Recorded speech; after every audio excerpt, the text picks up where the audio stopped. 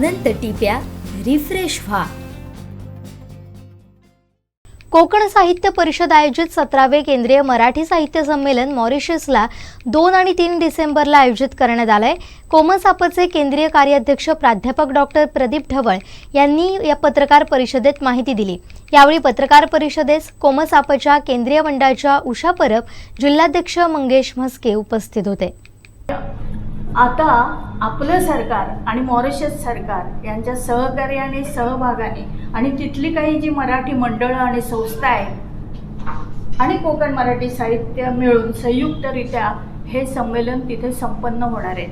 महाराष्ट्रातून जवळजवळ 100 साहित्यिक आणि साहित्यप्रेमी लोक तिथे जात आहेत आणि 2 दिवसाचं हे संमेलन असेल। आम्ही 29 तारीखला मॉरिशसमध्ये जाऊ। 2 आणि 3 तारीख ह्या 2 दिवसामध्ये अगदी भरगच्च कार्यक्रमानं हे संमेलन होणार आहे। त्याच्यात परिसंवाद असतील, काव्य वाचन असेल, अनेक चर्चा तिथे घडवल्या जातील। तर त्याचं आम्ही हे देऊच निमंत्रण पत्रिका आपल्याला। तर आणि ह्या संमेलनाची प्रमुख जबाबदारी आमचे कार्याध्यक्ष डॉक्टर प्रदीप ढवळ यांनी ती धुरा ते वाहत आहेत आणि त्याची सविस्तर माहिती मला वाटतं ते अधिक चांगल्या प्रकारे आपल्याला देऊ शकतील। कोकण मराठी साहित्य परिषदेचं 17वं केंद्रीय मराठी साहित्य संमेलन 2 आणि 3 डिसेंबरला मॉरिशसमध्ये संपन्न होत आहे। या कार्यक्रमाचे संमेलनाध्यक्ष म्हणून ज्येष्ठ पत्रकार, दिग्दर्शक, अभिनेते विजय कुवळेकर यांनी स्वीकारलेलं असून पद्मश्री मधु मंगेश कर्णिक असतील किंवा आमचे अशोक समेळ असतील, अशोक नायगावकर असतील, अशा विविध क्षेत्रामधली जवळजवळ 100 मंडळी या साहित्य संमेलनाला हजर राहणार आहेत। जसं आमच्या आता महिला साहित्य संमेलनाच्या अध्यक्षा उषा परब मॅडम म्हणाल्या त्याप्रमाणे एकूणच मग अनेक पत्रकारांनी मला मुंबईला देखील विचारलं की हा घाट का घातला आणि कशा प्रकारे घातला गेला। 1991 साली आदरणीय ज्येष्ठ पत्रकार माधव गडकरी, शरद पवार साहेब, कुसुमाग्रज असतील, पु ल देशपांडे असतील, त्या काळातले सगळे दिग्गज साहित्यिक हे मॉरिशसमध्ये गेले होते। एकूणच मॉरिशसचा आपण जर विचार केला तर 1834 साली या देशामध्ये ब्रिटिशांनी कायदा आणला होता, ज्याला इंटेंडंट कायदा असं म्हटलं जात होतं। म्हणजे या देशामधला मजूर गुलाम म्हणून आफ्रिका असेल किंवा मॉरिशस असेल या वेगवेगळ्या देशांमध्ये आपली मंडळी गुलाम म्हणून घेऊन जात होती। आणि मग 1860 साली आफ्रिका असेल किंवा त्या भागातल्या मंडळींना, त्या देशातल्या लोकांना ऊसाचं उत्पन्न हे सगळ्यात महत्त्वाचं उत्पन्न आहे असं ज्यावेळी लक्षामध्ये आलं त्यावेळी कामगार कुठून उभे करायचे आणि त्यावेळी ब्रिटिशांचं राज्य सगळं होतं।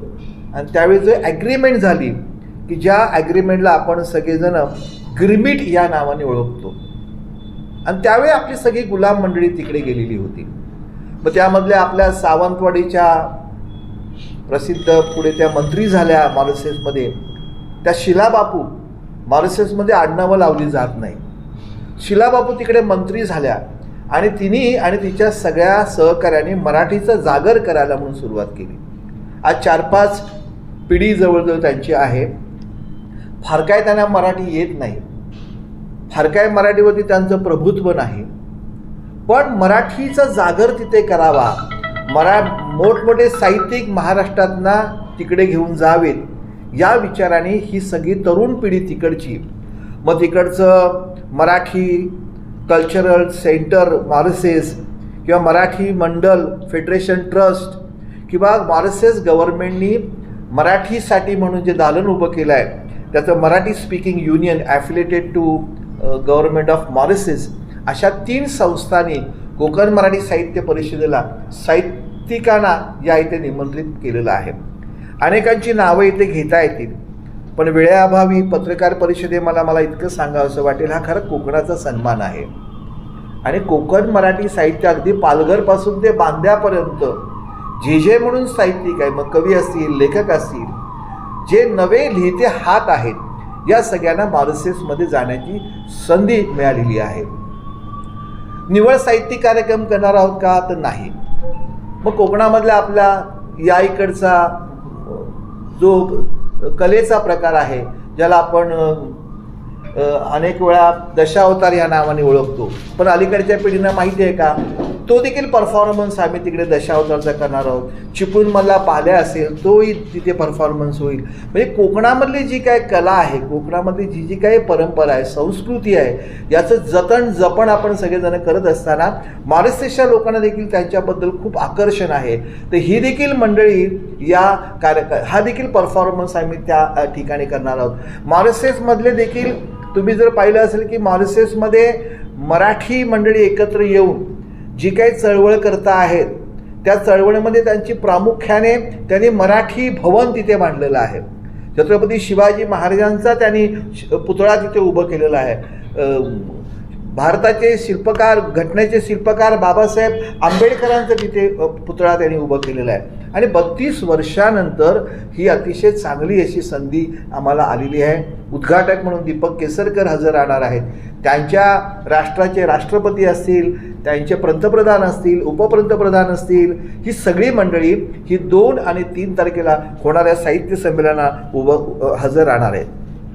या संमेलनाला मुद्दाम आम्ही नाव दिले आहे आंतरराष्ट्रीय हृदयंगम मराठी साहित्य संमेलन. म्हणजे 2 देशामधल्या साहित्यिकांमधला, 2 देशामधल्या कलावंतांचा हा मिलन तिथे होणार आहे. जसे आपलं परफॉर्मन्स आहे तसं त्यांचंही परफॉर्मन्स आहे. आम्ही एक विषय असा घेतला आहे, मराठी भाषा देशातली आणि परदेशातली.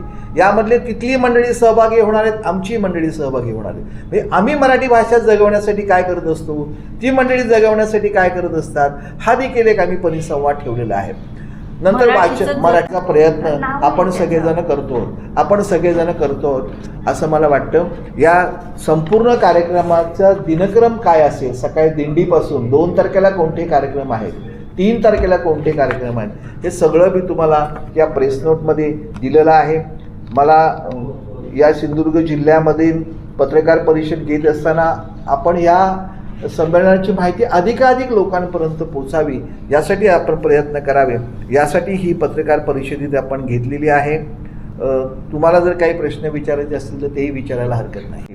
आणखी एक परिसंवाद इथे आम्ही असा ठेवलेला आहे की मराठीचं जतन आणि संवर्धन या करण्यासाठी तरुण युवकांचं काय त्यामध्ये कॉन्ट्रीब्युशन आहे, याचेही परिसंवाद तिथे असेल. कवी संमेलन, ज्येष्ठ कवी अशोक नायगावकर यांच्या अध्यक्षतेखाली ते संमेलन होईल. या संमेलनामध्ये कोकण मराठी साहित्य परिषदेच्या आमच्या अध्यक्षा नमिता कीर मॅडम, मी स्वतः कार्याध्यक्ष म्हणून, माझी सगळी केंद्रीय कार्यकारिणीतले बरेचसे सदस्य आणि साहित्यावरती प्रेम करणारी मंडळी या कार्यक्रमामध्ये हजर राहणार आहेत. खरं म्हणजे यामध्ये महाराष्ट्र शासनाने देखील आपल्या परीने कॉन्ट्रीब्युशन करायचं ठरवलेलं आहे.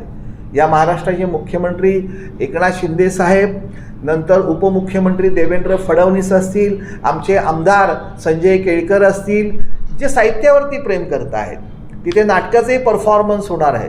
स्वतः आमदार संजय केळकर छत्रपती शिवाजी महाराजांच्या भूमिकेमधनं 350व महाराजांचं आपण आमचे दिवसभरातले सर्व अपडेट्स, ताज्या घडामोडी आणि थेट लाईव्ह पाहण्यासाठी सबस्क्राईब करा, लाईक करा कोकणचं नंबर 1 महा चॅनल कोकण 7 लाईनचं YouTube चॅनल.